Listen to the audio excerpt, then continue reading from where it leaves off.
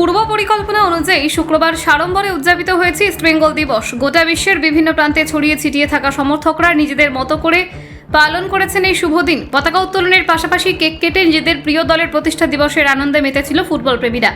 একই ছবি ধরা দিয়েছিল ইস্টবেঙ্গল ক্লাবের তাঁবুতে, যেখানে সকালে পতাকা উত্তোলনের পাশাপাশি প্রদীপ প্রজ্বলনের মধ্য দিয়ে ঘটেছিল অনুষ্ঠানের সূত্রপাত। পরবর্তীতে ক্ষুদিরাম অনুশীলন কক্ষে নানাবিধ সম্মানে সম্মানিত করা হয় ভারতীয় ক্রীড়া মহলে নানান ব্যক্তিত্বকে। তবে এই শুভ দিনে ক্লাবের প্রতিষ্ঠা দিবস উপলক্ষে শুভেচ্ছা জ্ঞাপন করতে ভোলেননি দলের প্রাক্তন ফুটবলাররা, যার মধ্যে সকলের নজর কেড়েছে লাল হলুদের প্রাক্তন অধিনায়ক তথা বহুযুদ্ধে সেনাপতি হরমনজোত সিং খাবরা। একটা সময় ইস্টবেঙ্গলের জার্সিতে দুর্নিবার হয়ে উঠেছিলেন এই পাঞ্জাবি ফুটবলার। তার দৌলতে বহু গুরুত্বপূর্ণ ম্যাচে সহজ জয় পেয়েছিল লাল হলুদ ব্রিগেড।